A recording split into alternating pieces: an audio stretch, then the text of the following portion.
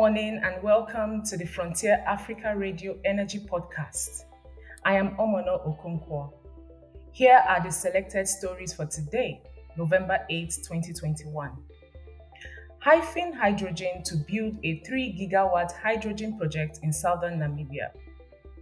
A British-German developer, Hyphen Hydrogen Energy, has emerged as the preferred bidder to develop the $9.4 billion Southern Corridor Development Initiative Green Hydrogen Project in southern Namibia. The first phase, which is expected to enter production in 2026, will see the creation of 2 gigawatts of renewable electricity generation capacity to produce green hydrogen for conversion into green ammonia at an estimated capital cost of $4.4 billion. Germany had earlier signed a €40 million partnership deal with Namibia as part of a bid to secure supplies of green hydrogen. Next up, AFDB grants battery storage loan to South Africa.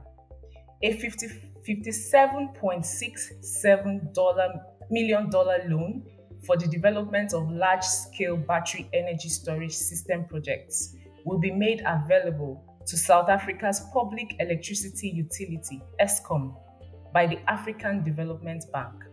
The loan will help develop about 200 megawatts of 4-hour duration battery storage at 7 sites in the country, in the Western Cape, Northern Cape, Eastern Cape, and KwaZulu-Natal provinces. GL Africa has signed a $400 million three-part phased investment with Mozambique for a 250 megawatt LNG power plant.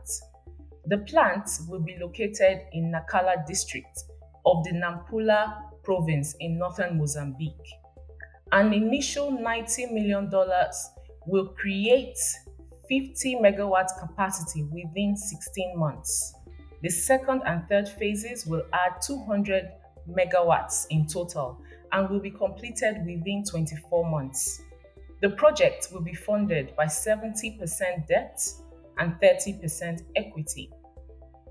Now let's talk about Africa at the current COP26. Countries push for climate funding. Now, the African continent is responsible for just about 3% of global emissions, but is faced with the worst effects of climate change. So, African leaders have insisted that rich countries need to meet their 2009 $100 billion a year pledge to help save vulnerable communities in Africa. The pledge target was previously set for 2020, but has been pushed to 2023.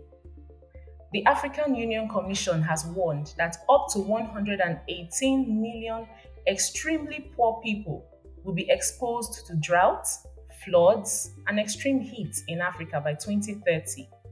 Climate change could further lower GDP in sub-Saharan Africa by up to 3% by 2050. Next up, Finnish company Wärtsilä to supply captive power plants, to Nigeria's Boa Cement. Wärtsilä will supply a 70 megawatt captive power plant to Boa Cement in Sokoto State. The company will deliver its 34DF dual fuel engines operating primarily with liquefied natural gas, which can also switch to alternative fuels in the case of supply disruptions. The said plant will be operational by 2023. LNG to increase the domestic supply of liquefied natural gas in Nigeria.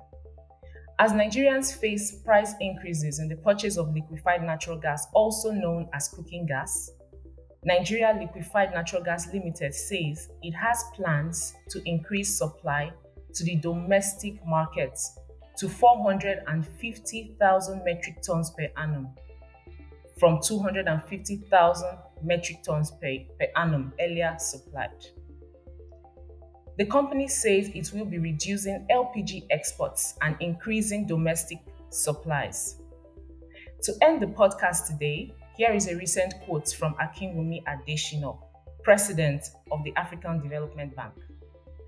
Just energy transition cannot be achieved with megawatts of exaltation. It will need megawatts of financing. Africa will need $226 billion by 2030 to implement its renewable energy targets. Thank you for listening and have a great day.